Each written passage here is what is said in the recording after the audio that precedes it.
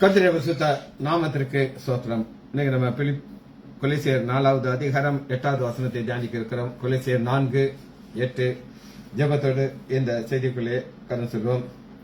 இயேசு என்னும் திரு நாமத்திற்கு எப்போதுமே மிக சோஸ்திரம். இயேசு என்னும் திரு நாமத்திற்கு எப்போதுமே மிக சோஸ்திரம். வானிலும் புவிலும் மேலான நாமம் வல்லமையுள்ள நாமம் அது. வானிலும் புவிலும் மேலான நாமம் வல்லமையுள்ள நாமம் அது. துயர் சொல்லி துதித்திடும் நாமம் அது. துயர் சொல்லி துதித்திடும் நாமம் அது. இயேசு என்னும் திரு நாமத்திற்கு எப்போதுமே மிக சோஸ்திரம். வேதாளம் பாதாளம் யாவையும் ஜெயித்த வீரமுள்ள திருநாமம் அது. வேதாளம் பாதாளம் யாவையும் ஜெயித்த வீரமுள்ள திருநாமம் அது. நாமும் வென்றிடுவோம் அந்த நாமத்திலே, நாமும் வென்றிடுவோம் அந்த நாமத்திலே. இயேசு என்னும் திரு நாமத்திற்கு எப்போதுமே மிக சோஸ்திரம். பாவத்திலே மாலும் பாவியை மீட்க பாரினில் வந்தமை நாமம் அது. பாவத்திலே மாலும் பாவியை மீட்க பாரினில் வந்தமை நாமம் அது. பரலோகத்தில் சேர்க்கம் நாமம் அது. பரலோகத்தில் சேர்க்கம் நாமம் அது. இயேசு என்னும் திரு நாமத்திற்கு எப்போதுமே மிக சோஸ்திரம். உத்தம பக்தர்கள் போற்றி துதித்திடும் உன்னத தேவானின் நாமம் அது. உத்தம பக்தர்கள் போற்றி துதித்திடும் உன்னத தேவானின் நாமம் அது. உலகெங்கும் ஜொலித்திடும் நாமம் அது. உலகெங்கும் ஜொலித்திடும் நாமம் அது. இயேசு என்னும் திரு நாமத்திற்கு எப்போதுமே மிக சோஸ்திரம். சஞ்சலம் தவிப்பு சோதனை நேரத்தில் தாங்கி நடத்திடும் நாமம் அது. சஞ்சலம் தவிப்பு சோதனை நேரத்தில் தாங்கி நடத்திடும் நாமம் அது. தாடை முற்றும் அகற்றிடும் நாமம் அது. தாடை முற்றும் அகற்றிடும் நாமம் அது. இயேசுவின் நாமத்தினாலே ஜெபங்கள் பிதாவே, ஆமேன். கர்த்தருடைய பரிசுத்த நாமத்திற்கு ஸ்தோத்திரம். Selvi teacher praise the lord. Leela praise the lord. Arokkiya Raj praise the lord. Nagarathnam Ammal praise the lord. Balasundari praise the lord. Kavitha praise the lord. செய்திக்குள்ளே கடந்து வருவோம். கொலைசீர் 4வது அதிகாரம் 8வது வசனம். சின்ன வசனம். உங்கள் செய்திகளை அறியவும் உங்கள் இருதயம் தேற்றவும். உங்கள் செய்தி இப்ப ஜெபத்தை குறித்து சொல்லிட்டாரு, தியுக்க குறித்து சொல்லிட்டாரு. இப்ப அடுத்து என்னன்னா செய்தி என்ன அப்படின்னு கேட்டீங்கன்னா, பவுலுக்கு இந்த கொலைசு சபையை குறித்த நியூஸ் வந்துகிட்டே இருக்கும். ஒரு உதாரணத்துக்கு கலாத்தியர் குறித்து வரும்போது ரொம்ப சேட் ஆயிட்டாரு. ஐயோ முட்டாள் கலாத்தியரே, உங்களை இப்படி யாருக்கு சீக்கிரம் ஏமாத்திட்டீங்களே அப்படின்னு சொல்லி. அப்ப அந்த செய்தி வர வர வர 2 பேருடைய இருதயமும் தேற்றப்படும். உங்கள் இருதயம் தேற்றப்படும். அந்த தேற்றதுனா என்ன அப்படின்னுங்கிறத நம்ம பார்க்க போறோம். சரி, இன்னைக்கு நான் ஒரு சம்பவத்தை நான் உங்களுக்கு காட்டப்படும். அது என்ன அப்படின்னு கேட்டீங்கன்னா, தாவீது ராஜாவா இருக்கிறார். ராஜாவா இருக்கிற தாவீதுக்கு அப்சலோம் அப்படின்னு ஒரு மகன். ரொம்ப அழகு, ஏன் மண்ட மாதிரி கிடையாது. தலையில முடி மட்டும் பார்த்தீங்கன்னா அவ்வளவு கொத்து கொத்தா இருக்கும். அப்படிப்பட்ட ஒரு அழகான மகன். அந்த பையன் பறக்கும்போது தாவீது எவ்வளவு சந்தோஷப்பட்டிருப்பாங்க. தூக்கி வச்சு பார்த்துட்டு, ஐயோ என்ன அழகு மகனே, என் மகனே, என் மகனே அப்சலோமேன்னு சொல்லி சந்தோஷப்பட்டிருப்பார். ஆனா அந்த மகன் குறித்து ஒரு செய்தி வந்து அது தாவீதுடைய தேற்றப்பட மாட்டேங்குது, சோகமாக்குது. என்ன அப்படின்னு கேட்டீங்கன்னா,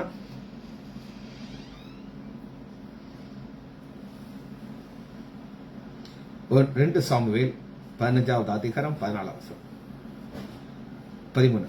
அதை அறிவிக்க ஒருவன் தாவீதிடத்தில் வந்து, இஸ்ரேல் ஒவ்வொருவருடைய இருதயம் அப்சலோமை பற்றி போகிறது. இப்ப எல்லாருடைய மக்களை அட்ராக்ட் பண்ற அளவுக்கு அவன்கிட்ட ஒரு கெப்பாசிட்டி இருந்துச்சு. ஹிட்லர் குறித்து நீங்க கேள்விப்பட்டீங்கன்னா, ஹிட்லர் பேசுற ஒரு மெஸ்மரிசா இருக்கணும். அவர் பேச பேச பேச எல்லாரும் அந்த அளவு என்ன செய்வாங்களா, வந்து ஒரு சப்போர்ட் பண்ணுவாங்க. ஹிட்லர் குறித்து ஒரு கதை நான் கேள்விப்பட்டேன், சொல்றேன். உங்களுக்கு சொல்லாத கதை. ஒரு ஷிப்ல ஹிட்லர் போயிட்டு இருக்காரு. அந்த கேப்டன் ஹிட்லர் பார்த்து கேட்கிறாரு, ஐயா உங்களுடைய சக்சஸுக்கு காரணம் யார் அப்படின்னு கேட்டார். என்னுடைய சிப்பாய்கள், எனக்கு கீழே ஒர்க் பண்ற எல்லாரும் தான் என்னுடைய வெற்றிக்கு காரணம் அப்படின்னு நான் சொன்னார். நான் உங்களுக்கு டெஸ்ட் பண்ணி காட்டேன் அப்படின்னு சொல்லிட்டு அங்க ஒரு சிப்பாய் இருக்கான். டாட்டா கையில நான் சொல்லிட்டு இருக்கேன். நேரா போய் அங்க குதிச்சு கடல்ல குதிச்சு செத்து போகிறான். தரதரன போய் விழுந்து செத்து போயிட்டான்.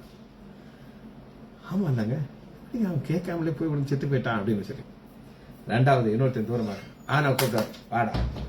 அவனும் வேமா வரானா, குதினா அவனும் செத்து போயிடான். இப்ப அந்த கேப்டன் பார்த்துட்டு இருக்க, அநியாயமா எனக்கு ப்ரூவ் பண்றதுக்காண்டி இந்த மாதிரி செஞ்சுட்டு இருக்கானே. மூணாவது ஒருத்தனை கூப்பிடுறான், டாக் டாக் வாடா குதிரான். இப்ப அந்த கேப்டன் ரொம்ப வருத்தமாச்சு. கொஞ்சம் வயசு பையன், இவன் எதுக்கு சாகணும் அப்படின்ட்டு பின்னாடியே போய் அவனை நிப்பாட்டி, எப்பா ஏன்பா சாகணும். பையன் சொல்றானா, இந்த லூசு போயிட்ட வேலை பார்க்க நான் செத்து போறதே பெட்டர் அப்படின்னு சொல்லி ஊத்தி செத்து போயிட்டான். எதுக்காக அதை சொல்றேன்னா, அந்த ஹிட்லருக்கு ஹார்ட்லெஸ் பண்ணும். அப்படிப்பட்ட ஒருத்தன் மாதிரி தான் இங்கேயும் நம்ம பார்க்கிறோம். ஒரு ஹிட்லர் மாதிரி இருக்கான். அப்பா மேல பாசம் கிடையாது, இறக்கம் கிடையாது, ஒன்றும் கிடையாது. அவன் என்ன செய்யறான் தான் இருதயம் 14 தாவீது. அவர் பார்த்து பார்த்து கெட்டுன அரண்மனை, அந்த அரண்மனையை பற்றி சொல்றாரு. அப்பொழுது தாவீது எருசலேமிலே தண்டத்தில் உள்ள தன்னுடைய எல்லா ஊழியக்காரையும் நோக்கி, எழுந்து ஓடி போகும், இல்லாவிட்டால் நாம் இந்த அப்சலோமுக்கு தப்ப இடமில்லை. அவன் தீவிரித்து நம்மிடத்துல வந்து வர பண்ணி நகரத்தை பட்டயத்தினாலே சங்காரம் பண்ணி எல்லாத்தையும் அழிச்சுக்கிறோம். நகரம் எல்லாம் காலியா போயிடும். அப்ப ஒரு செய்தி, இப்ப பவுல் என்ன சொல்கிறார் அப்படின்னு கேட்டீங்கன்னா, உங்களை குறித்து ஒரு செய்தி வருதுங்கிறார். கொலோசியர் 4வது அதிகாரம் 8வது, உங்கள் செய்தியை அறியவும் உங்கள் இருதயம் தேற்றும். ஒரு செய்தி இருதயத்தை தேற்றப்படும். எனக்கு ஆப்போசிட்டா இருக்கு. தாவீது யார் அப்படின்னு கேட்டீங்கன்னா, ஆண்டோடைய இருதயத்திற்கு ஏற்ற ஒருத்தர். ஆனா அவருடைய வாழ்க்கையிலேயே ஒரு பயங்கரமான ஒரு காரியம் நடக்குது.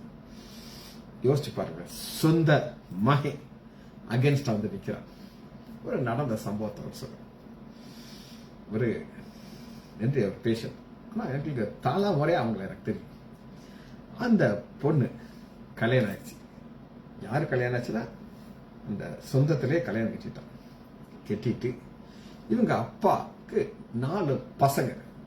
4 பசங்களுக்கும் அவருக்கு சொத்தை கொடுக்குறாரு. இந்த பொண்ணு சொல்றா, எனக்கும் ஒரு சொத்து வரணும், உங்கள்கிட்ட இருந்து வரணும்னு இருக்கிறார். ஏற்கனவே அவளுக்கு வந்து அவருடைய கணவன் மூலம் அவர் சொத்து வந்துருச்சு. ஆனா எனக்கு டபுள் ஷேர் வேணும் அப்படின்னு சொன்னார். அப்பா சொல்றாரு, ஏமா எனக்கு இருக்கிற கொஞ்சம் பசங்களுக்கு கொடுக்க சரியா இருக்கு. கோர்ட்ல கேஸ் போட்டான். யாருக்கு விரோதமாக? அப்பாவுக்கு. யோசிச்சு பாருங்க, சொத்துக்காக அப்பா மேல கேஸ் போட்டான் மக. நான் சொன்னேன், ஏமா எனக்கு இந்த மாதிரி ஒரு நிலைமை வந்துச்சு, வராது அன்ற நீ காப்பாற்ற, என் மகன் எனக்கு உயிரா வச்சிருக்கான். நான் இந்த கோர்ட்ல போய் நிக்கிறது பேரு ஐ வில் டை அப்படின்னு சொன்னேன். உங்க அப்பாவனை பெத்து வளர்த்து எல்லாம் செஞ்சுட்டு எப்படிமா நீ இதை செய்ய முடிஞ்சதுட்டு ரொம்ப வாரமா என்ன சொல்றா அப்படின்னு கேட்டீங்கன்னா, அந்த கையெழுத்து போடணும் பார்த்தீங்களா, வக்கீல் பேப்பர், அதுல கடவுளே என்னை மன்னித்துக் கொள்ளுங்கள் அப்படின்னு சொல்லிட்டு தான் நான் கையெழுத்து போட்டேன் அப்படின்னா, என்னம்மா விளாட்டா இருக்குது. அப்போ ஒரு குத்துறதுக்கு முன்னாடி கடவுளே என்னை மன்னிக்கிட்ட குத்துறா உங்களை பாவம் வராதான்ட்டு. இதுக்காக சொல்றேன் அப்படின்னு கேட்டீங்கன்னா, இன்னைக்கும் இப்படி ஒரு அப்சலோனுடைய ஆவி சுத்திக்கிட்டு இருக்குது. ரைட், அது இருக்கட்டும் ஒரு பக்கம். இப்ப இந்த நேரத்தில் தாவீது எப்படி நடந்து போறாருன்னா, 2 சாமுவேல் 15வது அதிகாரம் 30வது, தாவீது தன் முகத்தை மூடி, எப்பா இந்த முகத்தை எப்ப மூடுவாங்க நீங்க தெரியுமா உங்களுக்கு? ஒரு பிரைப் வாங்கணும். இந்த பிரைப் வாங்குறதுக்கு முன்னாடி அவங்களுக்கு தெரியாது அங்க விஜிலன்ஸ் காத்துக்கிட்டு இருக்காங்க சொல்லி. இவங்க கையில அந்த பிரைப், அந்த ஆளு அந்த அந்த கையில கொடுக்கும் போதே அதுலயே மை போட்டு வச்சிருப்பாங்க. இவன் வாங்கின உடனே டபர்னு உள்ள வந்துடுவாங்க, அந்த அரெஸ்ட். இப்போ ஒரு முகத்தை முக்காடு, அது ஆணா இருக்கட்டும் பெண்ணா இருக்கட்டும், முகத்தை முக்காடை போட்டுட்டு வெளியே வருவாங்க. அது மாதிரி தாவீது முகத்தை மூடிக்கொண்டு வெறுங்காலால் நடந்து அழுது கொண்டு, ஷப்பா வாசிக்கும் போது இருதயமே வேதனைப்படுறது. வெறுங்கால முகத்தை மூடிட்டு அழுது கொண்டு, கீத்தை விட ஒரு கஷ்டமான ஒரு மகன் மூலமாக வரும் அப்சலோம். ஆனா தாவீது இருதயம் எப்படிப்பட்ட ஒரு இருதயம் அப்படின்னு நீங்க கேட்டீங்கன்னா, ஒரு பக்கம் அப்படி நடந்துட்டு இருக்கு. இப்ப இந்த நேரத்துல அவர் இருதயத்தை உடைக்க சீமையும் பார்த்து பாருங்க. 6வது பாருங்க, 2 சாமுவேல் 16:6. சகல ஜனங்கள் சகல பலசாலிகள் தாவீதின் வலதுபுறம் இடதுபுறம் நடந்து பாருங்க. தாவீது மேலும் தாவீதுடைய சகல ஊழியக்காரர்களும் கல்கள் ஏறினான் சீமையும். இந்த சீமையை என்னால மறக்கவே முடியாது. ஏன் மறக்க முடியாது அப்படின்னு கேட்டீங்கன்னா, இன்னைக்கு இது நமக்கு ஒரு உதாரணமாக ஆண்டவர் வச்சிருக்கிறார். சீமையை இன்னைக்கு கல்களை எரியனா சீமை, இன்னைக்கு வார்த்தைகள்லாம் நம்ம எரியப்படும். அந்த நேரத்தில் நீங்க வாயை திறக்காம ஆண்டவரே அப்படின்னு நம்ம இருக்கணும். அப்ப அவன் என்ன சொல்லுகிறான் அப்படின்னு கேட்டீங்கன்னா, 8வது வசனத்துல பாருங்க, சவுலின் ஸ்தானத்திலே ராஜாவான உண்மையில் கர்த்தர் சவுலின் வீட்டார் ரத்தப்படியே எங்க இருந்து எங்க முடிச்சு பண்றாங்க. சவுல் வாழ்க்கையே சவுல்ல கொலை செய்யாம தாவீது காப்பாத்தினார். அவர் சொன்னார், எப்ப நான் கொலை செய்ய மாட்டேன், அவன் அபிஷேகம் பண்ணப்பட்ட. இது தாவீதுடைய இருதயங்க. ஆனா அப்படிப்பட்ட ஒரு இருதயத்துல தாவீத எப்படி புண்ணாக்குற பாருங்க. சொல் தாவீது என்ன சொல்ற தெரியுமா உங்களுக்கு? ஒண்ணு வயசாகி சாகும், இல்ல யுத்தத்துல சாகும், இல்ல கர்த்தர் அடிக்கட்டும், நான் என்ன செய்ய மாட்டேன், தொடவே மாட்டேன். ஒரு தொங்கலை அறுப்பார், அறுத்துக்கிட்டு அதனால அவர் இருதயம் டப்பட்டப்பட்ட அடிச்சுட்டு ஒவ்வொரு உடையும் தான் நடக்கும். சொல்லுவாரு, இங்க பாருங்க ஐயா, உங்க ஈட்டி எல்லாம் நான் வச்சிருக்கேன், நினைச்சு உங்களை கொண்டிருப்பேன், நே ஐயோ என் மகனாகிய தாவீதே அப்படின்னு இறங்கி மறுபடியும் இந்த பார்ப்பேன். சரி, இப்ப உன் குமாரனாகிய அப்சலோம் கையிலே ஒப்பு கொடுத்தார். இதுதாங்க உன் குமாரனாகிய, எல்லாம் தெரியும் உனக்கு, ஒப்பு கொடுத்தார். ஒப்பு கொடுத்தான்னு அர்த்தம், நீ அவ்வளவுதான் சோழி முடிஞ்சிச்சு. இப்பொழுது இதோ உன் அக்கிரமத்தினாலே அகப்பட்டாய், நீ ரத்த பிரியனான மனுஷன் என்றார். வெந்த புண்ணுல வேலை சொல்றது தமிழ்ல சொல்லுவாங்க. இதான் தாவீதின் இருதயத்தை உடைக்கிறது ஒரு பெரிய காரியம். அடுத்து இந்த அப்பாய் செய்யணும். இந்த நேரத்துல தலையை வாங்கிட்டான்னு சொல்றாங்க. 10வது வசனம் நேசிக்கிற வசனம். தாவீதின் இருதயம் இப்படிப்பட்ட இருதயங்க. அதற்கு ராஜா, செருபாவின் குமாரனாகிய உனக்கும் எனக்கும் என்ன, அவன் என்னை தூசிக்கட்டும், தாவீதை தூசிக்க என்று கர்த்தர் அவனுக்கு ஆகியால் ஏன் இப்படி செய்து கேட்க. பல நேரங்கள் நான் அனுபவிச்சிருக்கேன். எனக்கு விரோதமாக ஒரு அம்மா ஒரு பிளாட் போட்டு என்னை ஏமாத்திடுச்சு. யாரை என்னை ஏமாத்திடுச்சு. நமக்குள்ள ஒரு விசுவாசி அம்மா தான். நான் ஒரு வார்த்தை நான் கேட்கவே பேசவே. நான் ஏன் பேசுறேன்? நான் பேசுறேன், ஆண்டவர் பேச மாட்டேன். நான் வணக்கம் வச்சுக்கிட்டு, ஏமா நீ என்னை ஏமாத்திட்ட, உனக்கு ஒரு வணக்கம் அப்படின்னு நமக்கு ஒரு வணக்கம் மட்டும் வச்சு நான் வந்துட்டு பேசக்கூடாது. ஏன்னா என்னைய ஏமாத்தணும்னு சொல்லி ஆண்டவர் அந்த அம்மாட்ட போய் சொல்லியிருக்காரு. சரி, அது இருக்கட்டும் ஒரு பக்கம், அது ஆண்டவர் பார்த்துரு. அப்ப பின்பு தாவில செய்றாங்க, என் பிராணனை வாங்கத்து என் கற்ப பிறப்பான என் சொந்த பிள்ளையே என்ன கொள்ளையாது இவன் என்னையா அப்படின்னு சொல்லி பாருங்க. தாவீதுக்கு ஒரு நியூஸ் வரும். அந்த நியூஸ் எப்படி ஆரம்பிக்குது உங்களுக்கு சொல்லிட்டே இருக்குது. இப்ப அடுத்து என்ன நடக்குது அப்படின்னு கேட்டீங்கன்னா,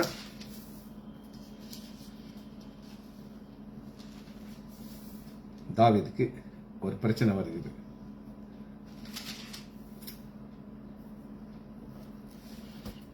பதினெட்டாவது அதிகாரம்.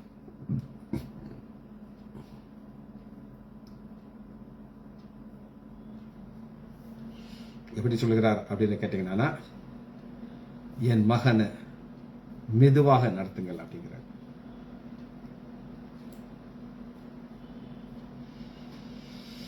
எப்படி நடங்க? மெதுவாக நடத்துங்க. என்ன மெதுவாக நடத்துங்க அப்படின்னு கேட்டீங்கன்னா, இப்ப 2 சம்பவம் நடக்க. ஒண்ணு தாவீது ஜெயிக்கிறார், இல்ல அப்சலோம் ஜெயிக்கிறார். அப்சலோம் ஜெயித்தா என்ன நடக்கும் அப்படின்னு கேட்டீங்கன்னா, ஜெயிச்சு அப்பா தலைவர்கள் எல்லாரையும் அவங்க கொண்டு விடுவோம். அப்படித்தானே கொண்டு விடுவாங்க இல்லையா? ஆனா அப்பாக்கு என்னன்னா, என் மகன் அப்சலோம் சாகக்கூடாது, இஸ்ரேல் அழிஞ்சு போனாலும் பரவாயில்ல. அதுதாங்க இந்த நேரத்தில் ஒரு செய்தி. இப்ப நம்ம வாசனத்தை வாசிங்க, அப்ப புரியும் உங்களுக்கு. உங்கள் செய்திகளை அறியவும் உங்கள் இருதயங்களை தேற்றவும். செய்தி, இந்த செய்தி என்ன சொல்லுது அப்படின்னு கேட்டீங்கன்னா, தாவீது நீ தூக்க போகிறார், பரவாயில்ல பரவாயில்ல, செய்தி என் இருதயம் தேற்றப்படும், என் மகன் பழிச்சுக்கிறாங்க, அப்சலம் பழிச்சுக்கிறாங்க. ஆனா இதே நேரத்தில் அப்சலம் செத்து போறான், இஸ்ரேல் முழுதும் சந்தோஷப்படும். ஒரு செய்தி ஒருத்தர் இருதயத்தை தேற்ற பண்ணது, இன்னொருத்தர் தான் உடைச்சு போடும்.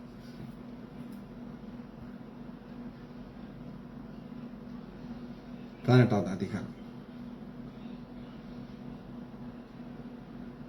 ஜனங்களோ நீர் புறப்பட வேண்டாம், நாங்களும் முறித்து போனோம்.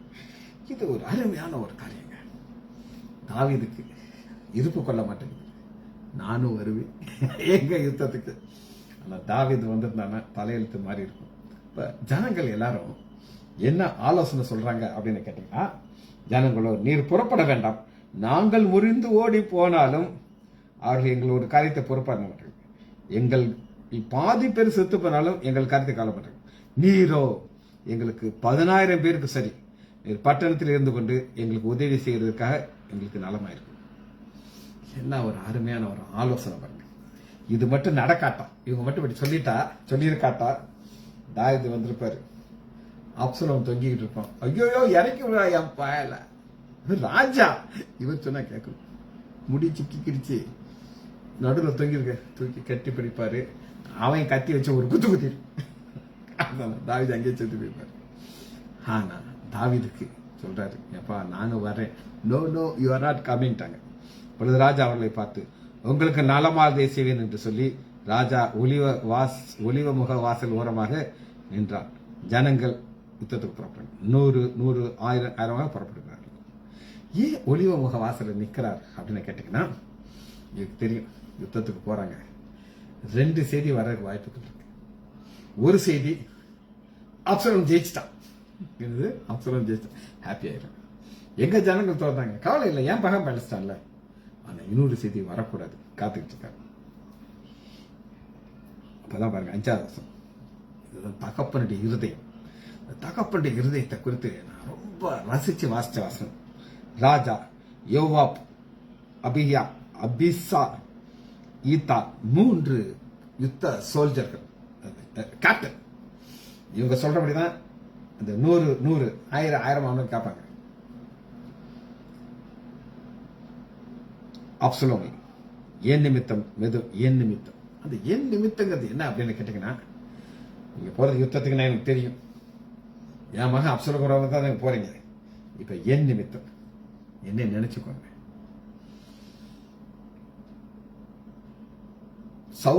பவுலுக்கு இந்த இருதயம் இருந்துச்சு.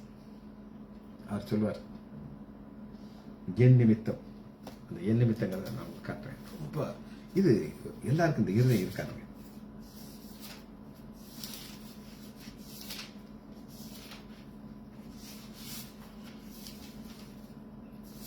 எவ்வளவு அருமையாக ஆண்டவருடைய இருதயத்தை நம்ம பார்க்கலாம் அப்படின்னு பாத்தீங்கன்னா,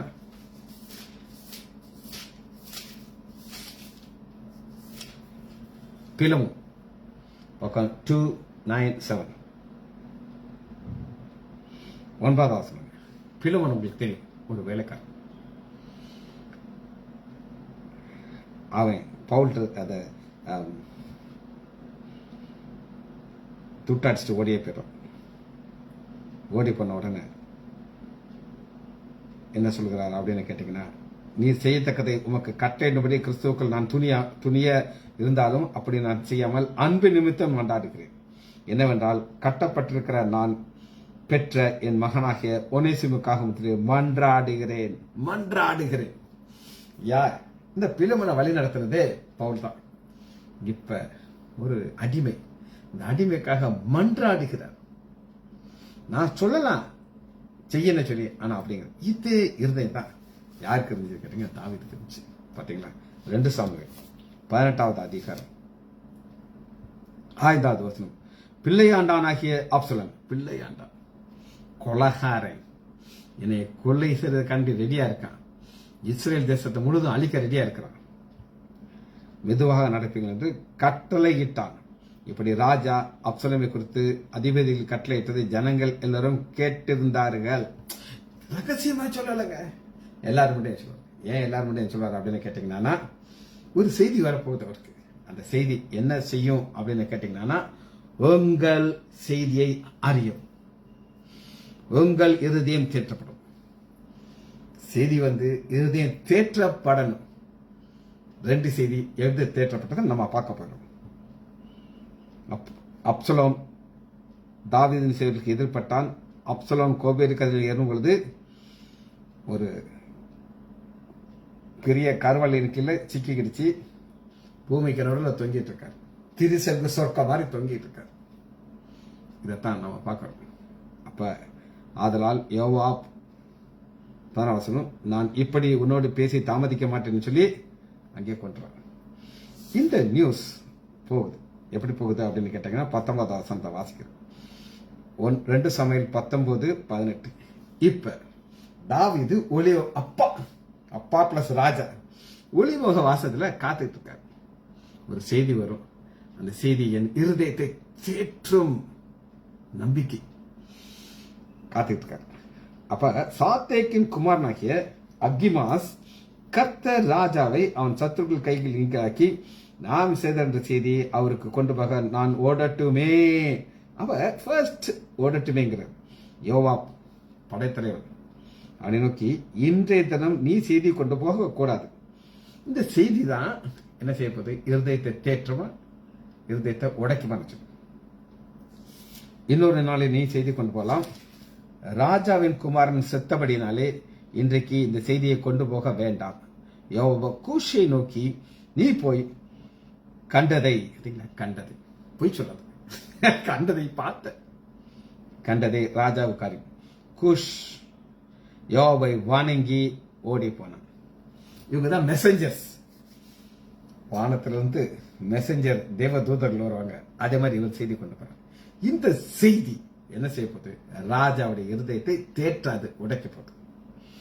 சாத்தேக்கின் குமாரனாகிய ஆமாஸ் இன்னும் யோவாபை நோக்கி, எப்படியாகிலும் கூஷ் பின்னாடியே நானும் ஓடட்டுமே என்று சொல்லி. ஒரு சிலருக்கெல்லாம் அழைப்பே இருக்காது. அழைப்புங்கிறது என்ன நான் உங்களுக்கு சொல்றேன்.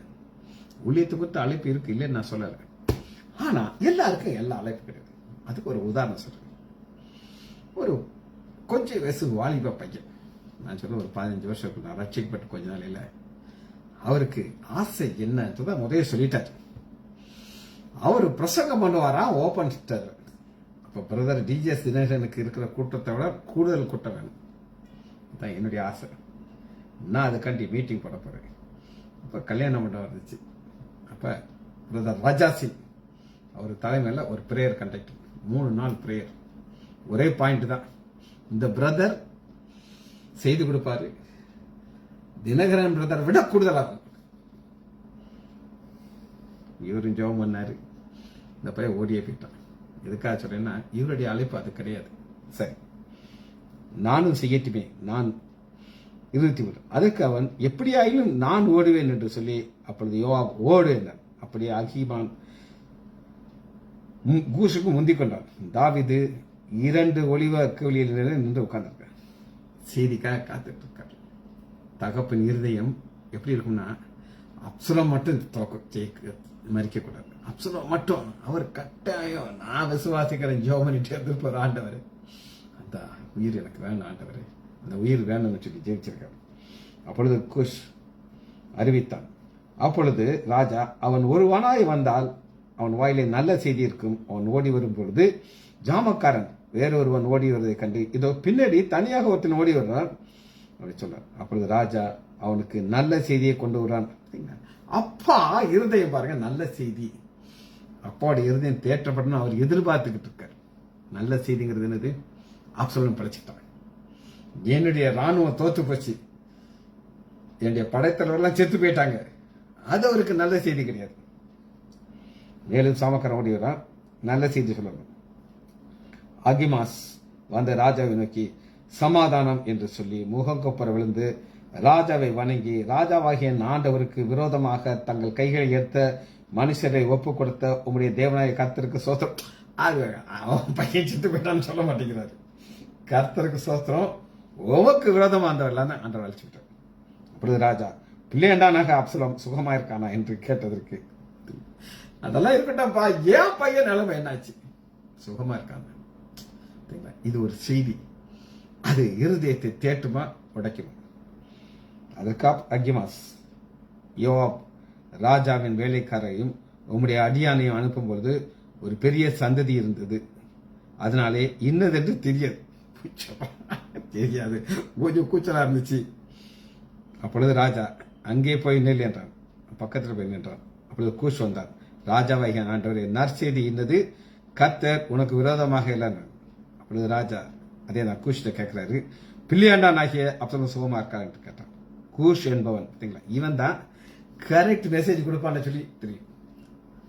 பின்னாடி ஓடினவன் நோக்கமெல்லாம் ஓடுறான், தெரியாதுங்கிறான். தெரியாதா? தெரியும். பிள்ளையாண்டான் நடந்தது போல ராஜாவாகிய ஆண்டவனுடைய சத்ருவுக்கும் பொல்லாப்பு செய்த உம்முடைய எழும்புதான் நடக்கு. நடந்தது போல, அந்த பிள்ளையாண்டானுக்கு நடந்தது போல. அப்பொழுது ராஜா மிகவும் கலங்கி கவலையின் வசல் மேல் ஏறி போய் அழுதான். ஏறி போனது, என் மகனே அப்சலோமே, என் மகனே, என் மகன் அப்சலோமே, நான் உனக்கு பதிலாக செத்தான். என்ன ஒரு இருதயம் பாருங்க. இதுதாங்க செய்தி, ஒரு இருதயத்தை தேற்றணும். ஆனா அந்த நேரத்தில் என்ன நடக்குதுன்னு கேட்டீங்கன்னா, 19ஆம் அதிகாரத்தில் யோவாபு கருத்து ராஜா 19:2 குமாரனுக்காக மனம் நொந்திருக்கிறார் என்று ஜனங்கள் கேள்விப்பட்டார்.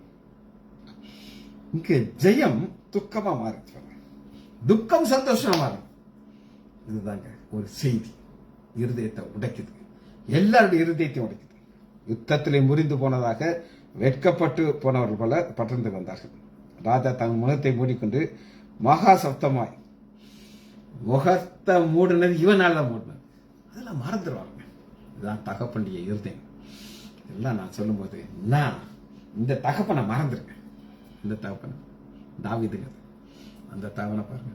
அப்பா பிதாவே, அன்பான தேவா, அருமை ரட்சகரே, ஆவியானவரே, எங்கோ நான் வாழ்ந்தேன், அறியாமல் அலைந்தேன், என் நேச தேடி வந்தீர், நெஞ்சார அனைத்து முத்தங்கள் கொடுத்து நிழலாய் மாறிவிட்டீர், நெஞ்சார அனைத்து முத்தங்கள் கொடுத்து நிழலாய் மாறிவிட்டீர், நன்றி உமக்கு நன்றி. அப்படி அந்த அப்பா பார்க்கணுங்க. இந்த அப்பா, இந்த தாவீதுங்கிற அப்பாக்கே இதுல வந்தவன் சாகக்கூடாது, என் மகன் சாகக்கூடாது, அப்சலோம் உயிரோடு இருக்கணும் சொல்லி. அப்படியோ வீட்டுக்குள்ளே ராஜாவிடத்துல போய், இன்று உம்முடைய ஜீவனையும் உம்முடைய குமாரத்தின் ஜீவன், என்ன தெளிவா பேசும். நீ உயிரோடு இருக்கிறது காரணம் அப்சலோம் செத்து போனதுனால. குமாரத்தின் ஜீவனையும் உம்முடைய மனைவி ஜீவனையும் உம்முடைய மறுமணத்தின் ஜீவனையும் தப்புவித்த உம்முடைய ஊழியக்காரர் எல்லாரையும் முகத்தை வெட்கப்படுத்துவேன். சக்குன்னு அடிக்கிறார். அவன் மட்டும் உயிரோட தான் எல்லாரையும் கொண்டிருப்பான்னா, நீ அசிங்கப்படுத்திட்டீங்கள. இதோ நீர் உம்மை பகைத்தவர்களை சிநேகித்து உம்மை சிநேகித்தவர்களை பகைக்கிறீர் என்று விளங்குகிறது. தாவீதுடைய அன்பு இதுதான். மேட்டர் இன்னைக்கு நம்முடைய பாட்கள் ஒரு செய்தி. அந்த செய்தி என்ன செய்யணும்? அந்த செய்தி உங்கள் இருதயத்தை தேற்றும். ஜெபிச்சு முடிப்போமா? மகா இரக்கமும் கருணையுமுள்ள பிதாவே, உம்மை துதிக்கிறோம் ஐயா. செய்தி இருதயத்தை தேற்ற வேண்டும் என்கிற ஒரு ஆழமான சத்தியத்தை தூய ஆவியானவர் எங்களுக்கு காட்டினதுக்காக நன்றி. பரம பிதா எங்களை குறித்த செய்தி ஆன தினமும் தேவதூதர்கள் மூலமாக பரலத்துக்கு போய் கொண்டே இருக்கு ராஜா.